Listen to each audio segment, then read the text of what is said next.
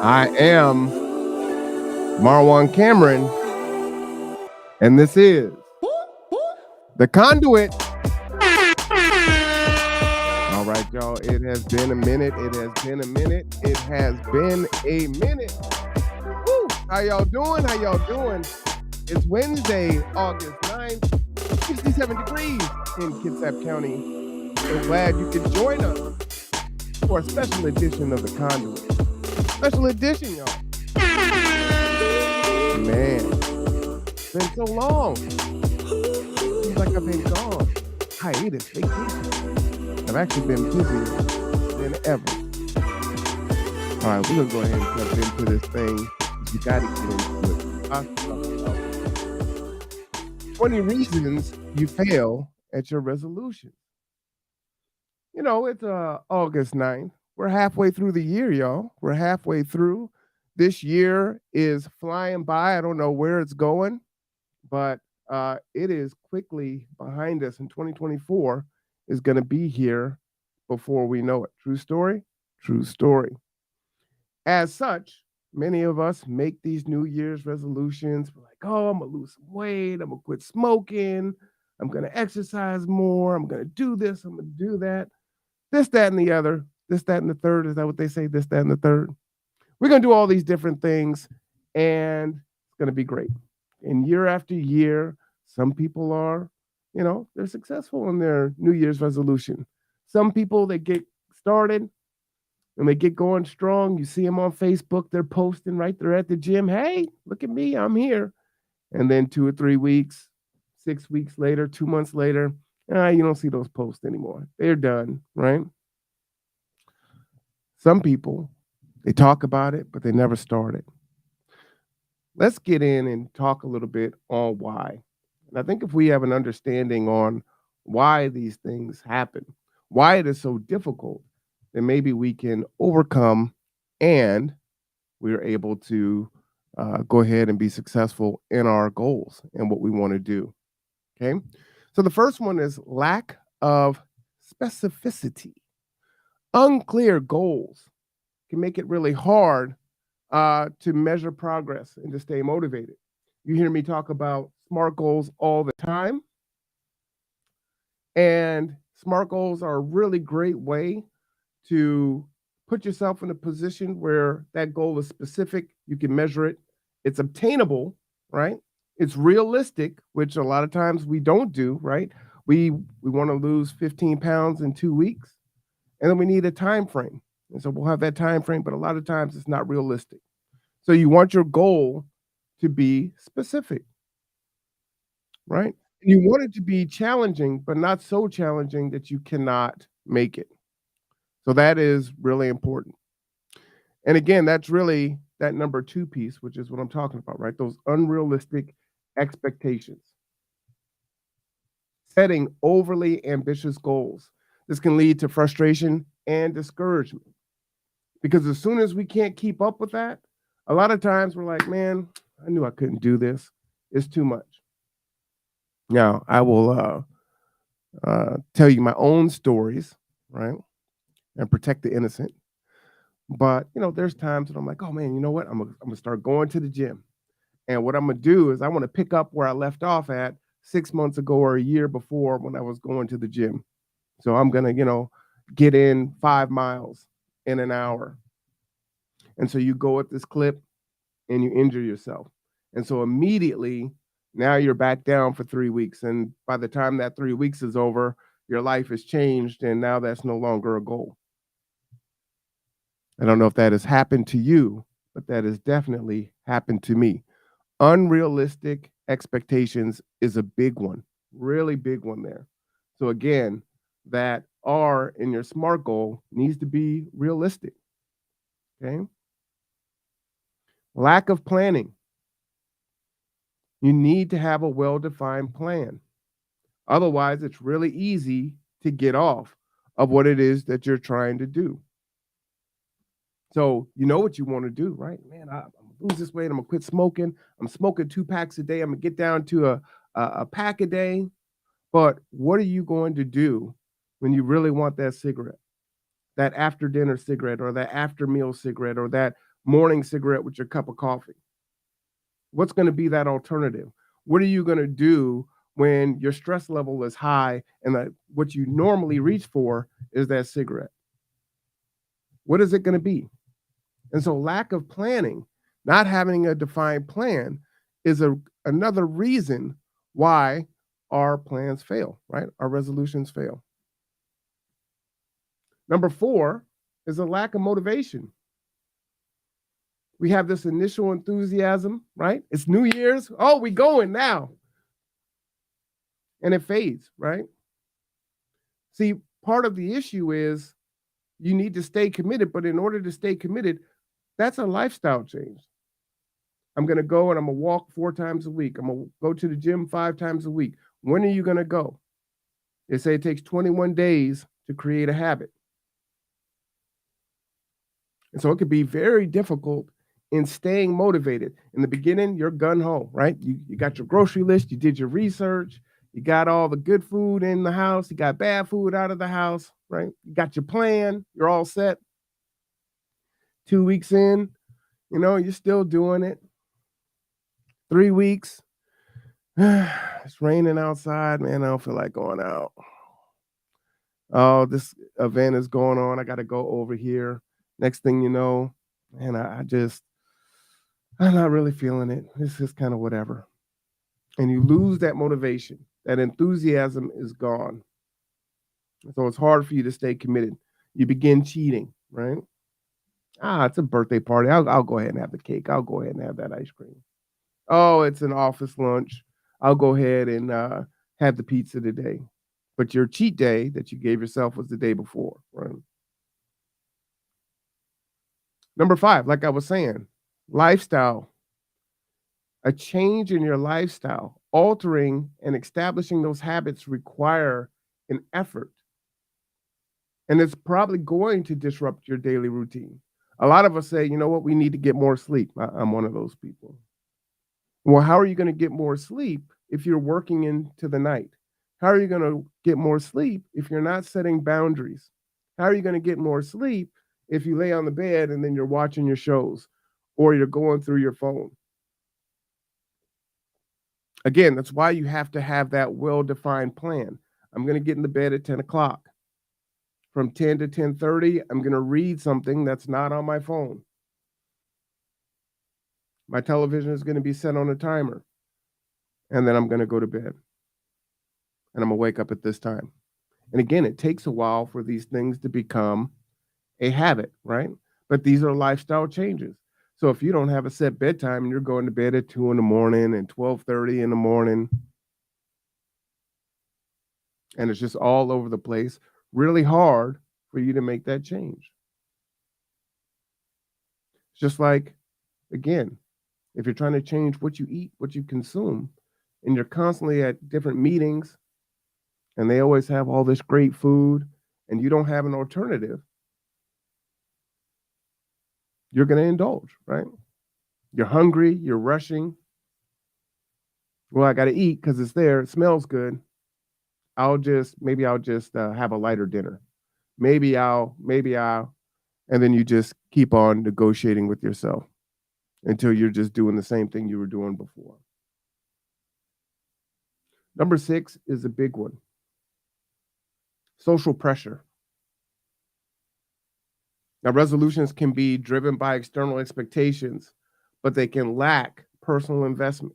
You'll hear a lot of people say, if you really want to change something, you have to do it for you. If you're doing it for someone else, if you're doing it for your spouse, if you're doing it for a loved one, it may not stick because you're not doing it for yourself. You have to make that decision. This is what I want for me. Otherwise, really hard to keep it going. Now, sometimes that can help you the other way. If you get started, that social pressure can help you to maintain it. But a lot of times that pressure causes issues. Number 7 is one that I have all the time. And a lot of people that I talk with, they also suffer from this. They have an all or nothing attitude, right? Either I've got to go to bed at a certain time. I need to drink 8 glasses of water. I've got to eat perfectly. I can't have a cheat day. I've got to go to the gym 5 times a week. And if I don't do any of those things, then it just failed. Because that's the only way that I'm going to achieve my goal, my resolution. So anything short of that is a failure. So it's got to be all. I can't walk 2 days a week and say, you know what, man, you're not sedentary. You're moving around. You cut down that pack from 20 to 15 a day. No, no, no. I need to just quit. I need to get rid of that pack altogether. That may be true, but that thinking often results in failure of our goals. Number 8 is a big one. Lack of accountability. A lot of times we won't look at ourselves and say, hey, we are the captains of our own ship. We will make a lot of excuses about our locus of control, right? It's all these outside factors. Well, if I wasn't going through all this stress, if my spouse wasn't doing this, that, or the other, if my situation wasn't this way, then I could do what I was trying to do. We have to be accountable for our actions and our thoughts. I've told you before, one of my mentors in my master's program, Marty Drummond, she was an awesome instructor. She would say, I think it was Drummondale, no stinking thinking. You know, going to teach in the classroom. So you got to get away from that stinking thinking. You got to think positively. But part of that is being accountable. Are you accountable? Are you able to say, this is me, this is on me, and this is why it's on me? This is why I've chosen to do this or why I've chosen not to do this. And not because I'm so busy, not because it's late. Well, I can't afford a gym membership. When I get done, it's just so late. I'm dealing with so much stress that's why I'm smoking, right? It's all the stress. Then the question has to be, then what are you doing to reduce your stress? If you're going to work meetings and they always have these delicious foods, why are you not packing your lunch like you did when you were in grade school? Right? You're an adult now, so you can pack it with a lot of really good things. Lack of accountability. That's a huge one. Number 9, short-term focus. You can lose interest if you do not see immediate results. And again, that kind of goes with the goals at the beginning, right? We will set these unrealistic goals. I need to lose this much in this amount of time. There's a wedding coming up at the end of the month, and I need to lose 10 pounds. And you start off, right? You're doing great. The first 2 days, the first 48, and I had my water. I got up early. I went walking. I even got 2 days in. I went walking in the morning. I went to the gym. I made great decisions. And then you hop on the scale on the night of day 2, and you're like, oh man, I didn't lose any weight. Matter of fact, I might have gained some weight. You start to lose interest because you're not getting the results fast enough for you. So that's another one that gets us down. Number 10 is one that we don't often talk about. Lack of self-compassion. We are our own worst critics, oftentimes, especially if we are being accountable. And so oftentimes when we do mess up, you know what? I really wanted that pizza. You know what? I was stressed out, and my goal was, if I'm stressed, keep it to 1 cigarette, but I smoked 3. But what happens is we start beating up on ourselves for failing in that moment. We need that self-compassion to overcome. For athletes out there, golfers, baseball, softball, fast pitch. Batter comes up to bat and they strike out.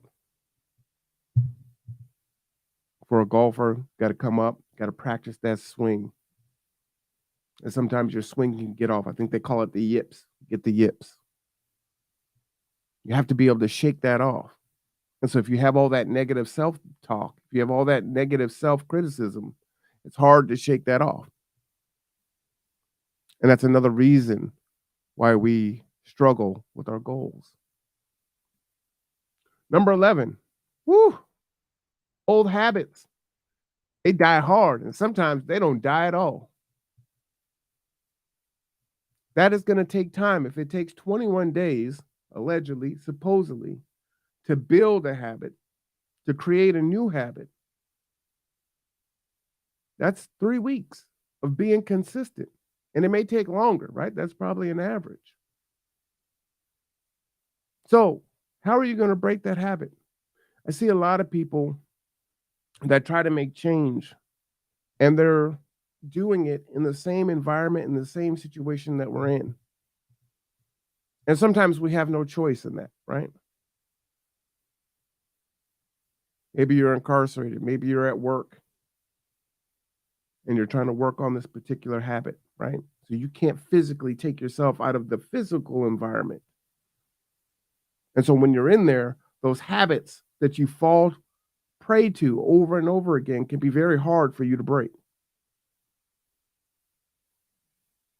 And that's why you need to have that detailed plan.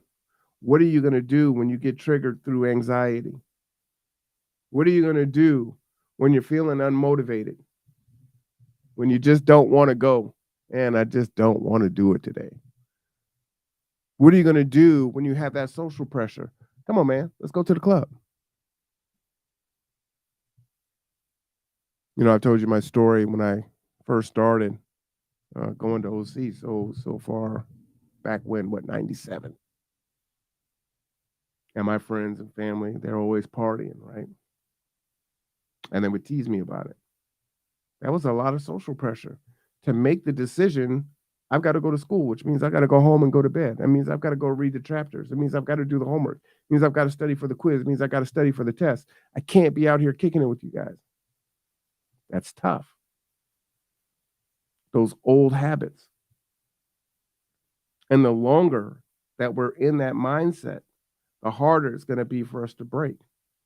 And so for many of us, we need to break ourselves out of that situation so that we can make that change, so that we can build those habits, so we can break those bad habits, so we can see the gains, so we can keep our motivation level high.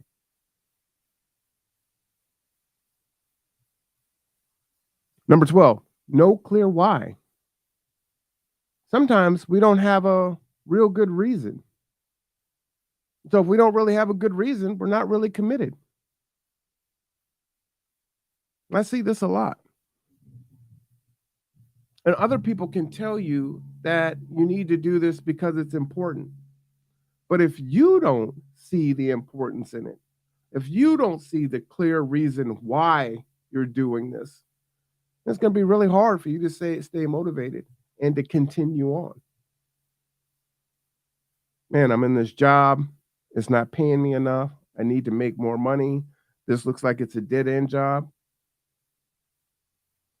I need to do something else, but I want it to be quick, right? This may require me to go to school, do some cross training, do some other things. If I don't want to just switch to another position and be in the same situation, if I'm stagnated in my professional growth, I need to do something different so that I can continue to ascend and try to keep up with inflation. What is your reason why? Is it just more money? Because sometimes when it's just, well, I think I need more money. I want more money. I want to pay off bills. I want to be able to buy things. My kid's birthday, whatever it is, holidays. And we say it's money. But really what it is that you need financial stability. You just think you need money to get through the thing that's in front of you now, but you're not really thinking long term, and so you don't have a clear reason why. And so you might do something really quick to get you through so that you can do the birthday party at Defy. But then after that, your commitment's kind of gone to be on that growth set, right? Because again, that's often a lifestyle change. There's work that has to be done to that. And that can be very difficult to sustain. 13, whoo, boy. 13, competing priorities. Man, there's so much to do right now. How do we balance what we want to do with our existing obligations? This can be tremendously overwhelming. Look, I do want to do this. This is important. I want to lose weight. I want to stop smoking cigarettes. I want to start working on this aspect of my life. I want to professionally or personally develop. But man, I got to go to work. I'm taking care of my family. I'm in school already. How can I balance and pull something else in that is critically important, understanding that these things too are also important? And again, that goes along with accountability. Maybe you're trying to get your finances in order, your budget in order. And we'll hear people say, oh, just cut off your Netflix and you won't be short on food. But we're intellectually honest people here. So we understand that that really needs to have a deeper conversation. Where are those wasteful spots in your spending? Where is the emotional spending? I'm gonna get on my soapbox just for a second, then I'll jump back off. I hate terminology, financial literacy, generational wealth is one that really just sticks in my craw. Because honestly, um, you know that it's a bunch of, and it just drives me so crazy. It's a buzzword, generational wealth. But the birthday parties that Defy that you really can't afford, but you want to have it for your kid. You want to have it because, well, you didn't have it when you were growing up and you want to be able to give your kid the best and give them what they want. You're going to the club. You're going out. I got to do something to have fun. I got to have a release. Yeah, you do. Well, I just love sneakers. Whatever it is. True generational wealth means sacrifice of the present generation. So if any of these programs are telling you, oh, it's generational wealth, and we're going to teach you this, we're going to teach you that, and they're not telling you that you're behind, you're in the dirt, and that if you're truly trying to create some kind of generational wealth and have something for the next generation, that means that you are going to sacrifice now.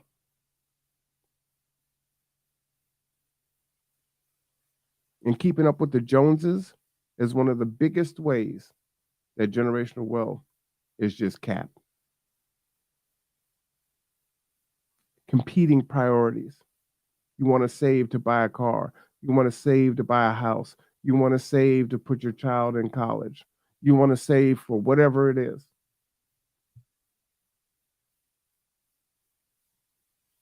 You want to make sure when you die that your children are going to be okay.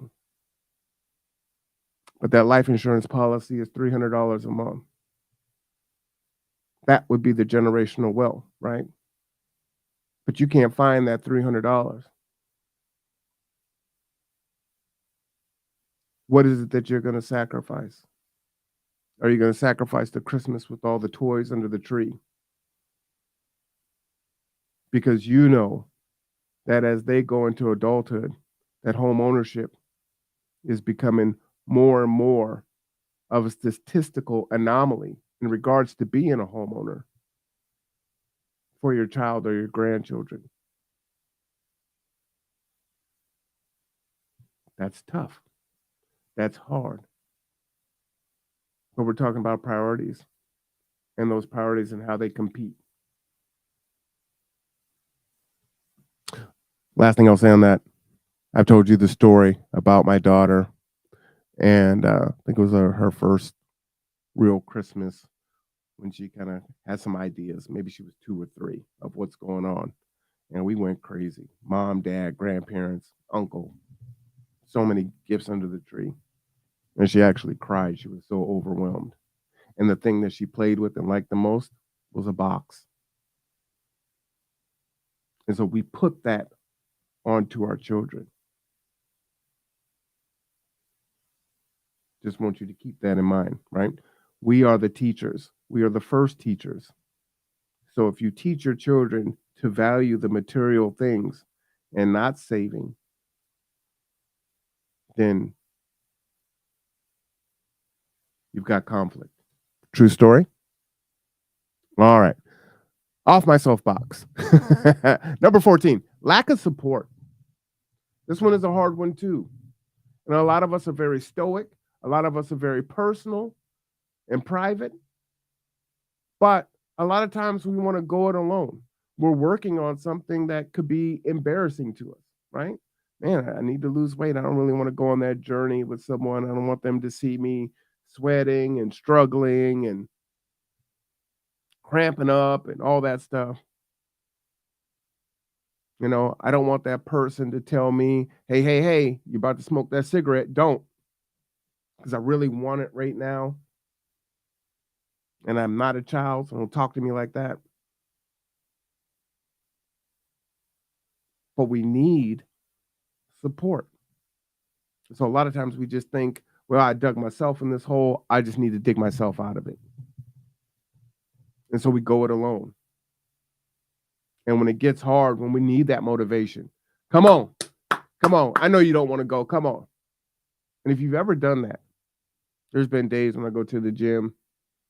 It's like, man, I do not want to go. I just don't want to go. I don't want to go. I don't want to go. I'm just saying I don't want to go, right? No negative self-talk, but it's there. I don't want to go. I don't want to go. And then when you're halfway through your workout, you're like, man, I am so glad that I came to the gym. And when you leave, you feel great because you powered through that negative self-talk and you made the right decision. That is one of the most powerful things that you can do is get through that. And having someone that's there as your support network to help you to stay motivated, to not put obstacles in your way, right? Sometimes you tell folks what your goals are and they actually hurt your goals and they don't help them, right? Like, I know you're trying to work on this, but look at this delicious cake that I know that you love. Hey, I know that you're trying to quit smoking and, you know, right now you're super irritable, but I'm just going to poke the bear because I know you're chewing your tongue and you're really going to want a cigarette. So sometimes that support network might actually be negative. And so you have to be cognizant of that too. And that has to go with your planning. What are you going to do when you have those external forces? Because at the end of the day, as we said before, number 8, you have that lack of accountability because at the end of it, you still have to make the decisions for you, regardless of what's there. Inadequate resources, lack of time, money, or access to resources that can hinder your progress. A lot of folks are like, well, I gotta go to the gym, and if I can't afford a gym membership, so I can't start working out. When a lot of times the main thing you need to do is just get moving, right? You're sitting in your office chair hours and hours and hours per day. Just got to get up and get moving. Take breaks every 50 minutes that you're sitting down. Get up and walk around. Set a timer on your smartwatch or your smartphone to drink a glass of water. Trying to make a game of things that you're doing. If you have your children or whatnot involved, keep track of it. Build in little rewards.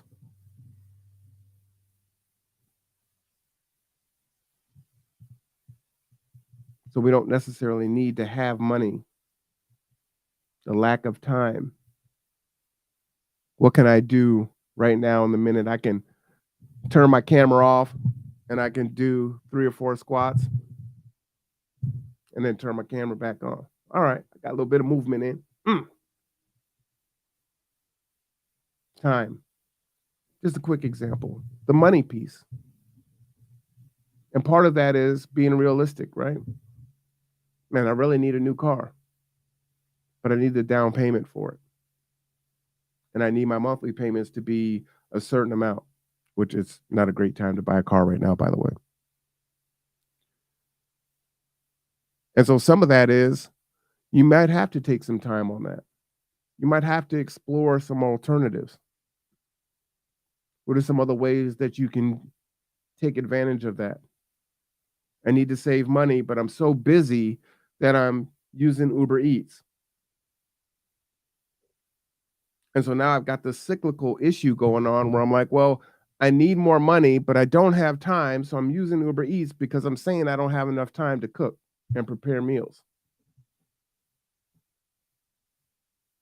And it's like, okay, well, if I actually sat down and I made a plan, I could do my grocery shopping. And whether I turn on the TV or I turn some music on in the kitchen, I'm going to break down and do my meal prep for the week. Now I don't need to worry about it. And if I can take those decisions away, that also will make my life easier. You ever have those days when you're sitting at your desk and you're like, man, you're hungry, right? It's like, man, I need to eat something. You kind of know what's in your cabinets, you know what's in your fridge. You might even get up after a while and go and look. Man, I don't really want that. I gotta cook that. Man, I don't have time for this. I need to eat. You're getting more and more hungry. You're getting hangry now, right? Well, your lack of time and money can be remedied by doing that food prep and saying, hey, this is what I prepped for myself to eat. And even if I don't really want that right now, one, it's going to save me time because I've already invested the time to prep for it and I can just go ahead and make it and eat it. I'll be satisfied and I can go back to doing what I was doing or go and do the next thing. And it's definitely going to save you money because we make those decisions.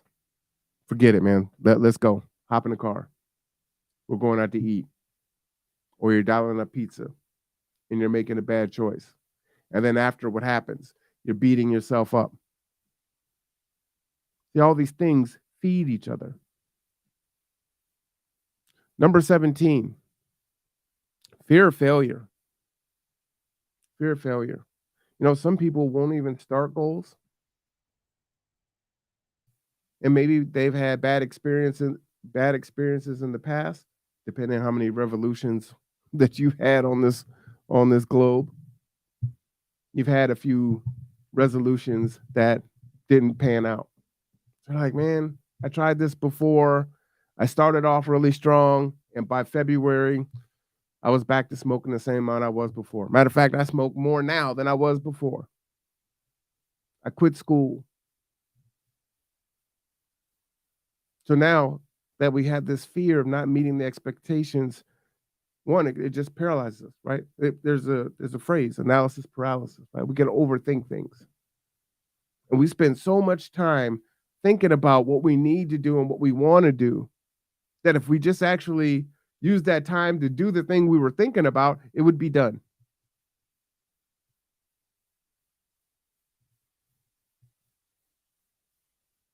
I think with that also goes the fear of success.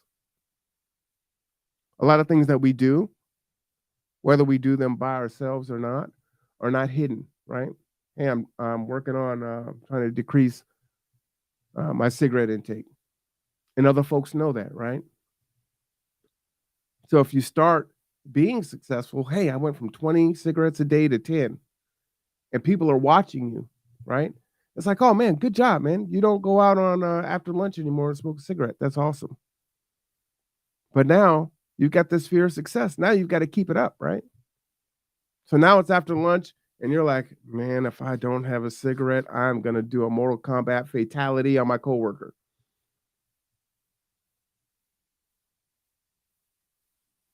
Man, I got to keep it up.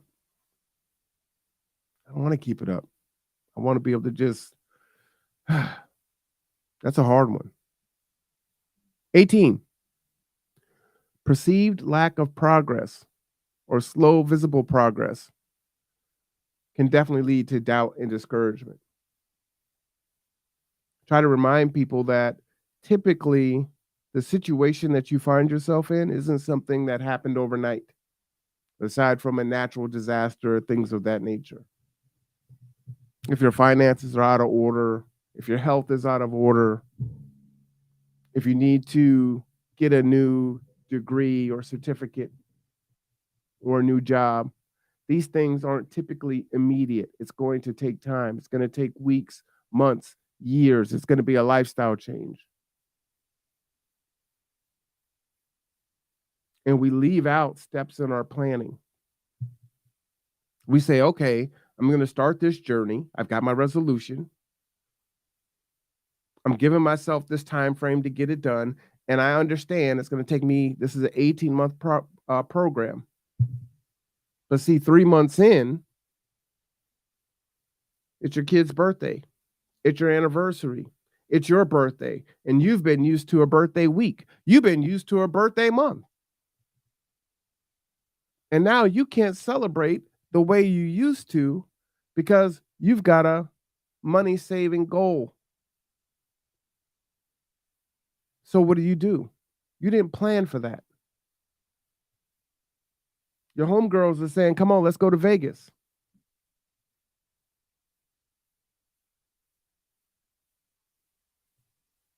Could be very difficult. Perceived lack of progress, slow visible progress, doubt and discouragement. Something you may have to do that comes up. And that's going to slow down your progress. I'm doing what I need to do, but December 25th is Christmas and we do celebrate it, and it'll be a little bit more moderate now, but there's still going to be a hit. The groceries are going to increase because the kids are home from school during that time frame. So they don't have school lunch. So it's going to slow down a little bit. My savings aren't going to be at the same level.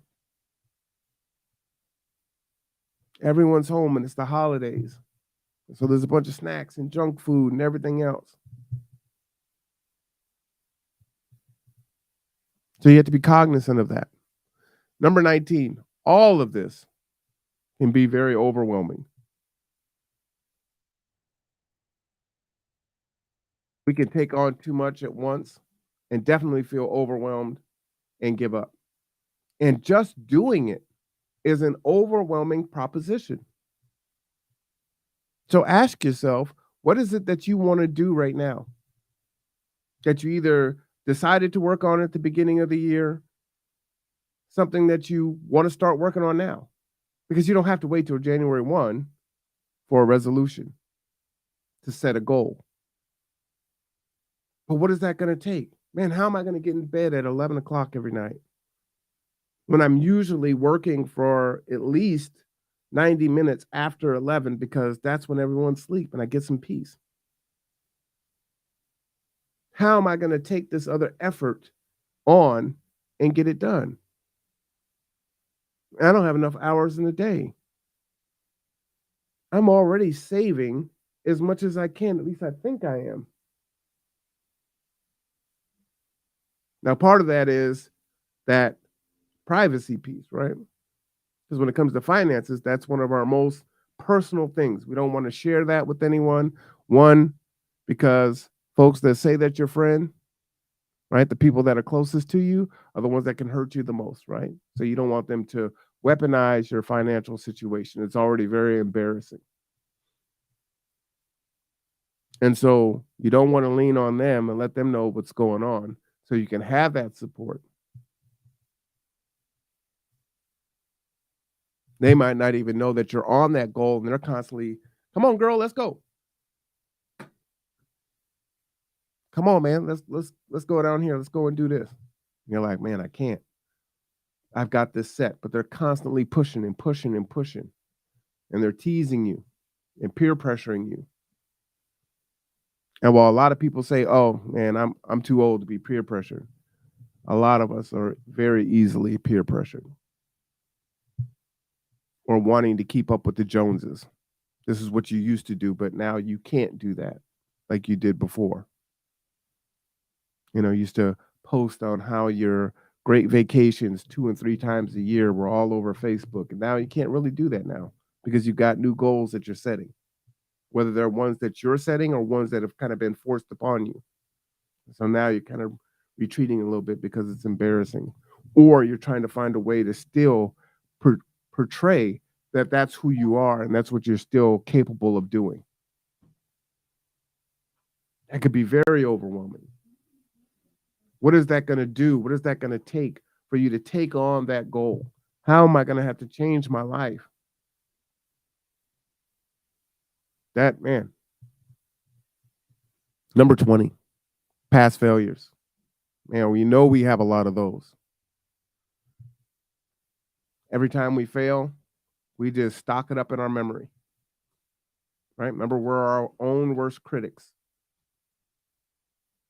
So every time we tried to go to the gym and we made progress and we made the right decision, man, I went to the meeting on Monday, I didn't have the pizza. I went to the meeting on Tuesday, I didn't have the cake. I went to the meeting on Thursday and they had an after dinner party and I didn't have the alcohol. I didn't consume the sugar. There was a birthday party on Saturday and I had the salad. I didn't have the cake. And then that one thing happens and boom, it's gone. I stopped drinking coffee, usually like twice a year for a little bit. It'd be kind of hard to do. But then when I stopped drinking it, it's great. It's like, oh, no, I'm good. I'm good. I'm good. But then one day, people ask me, hey, man, you want a cup of coffee? And you're not going to tell other people that they can't have coffee around you, right? And for the most part, you're like, nah, I'm good. I'm good. I'm good. But that one day, it's going to smell so good. You'll be like, oh, you know what? Yeah, let me go ahead and have that cup. And next thing you know, it's 3 months down the road, you've been drinking almost a pot a day, right? Ooh, I might be talking about myself there. But that's a very true story. And you may have some of those of your own, those past failures. So again, it's August. We're halfway through the year. Maybe you started a New Year's resolution that you're no longer working on or that you're kind of hanging on by a thread. I implore you to believe that you do not have to wait till New Year's to start a new resolution. But understanding why they're so difficult may help you into being successful. So, for all of you that have struggled with creating goals to lose weight, to get healthy, to stop smoking, to stop drinking, to get a new job, to train, to become a better parent, to exercise and self care,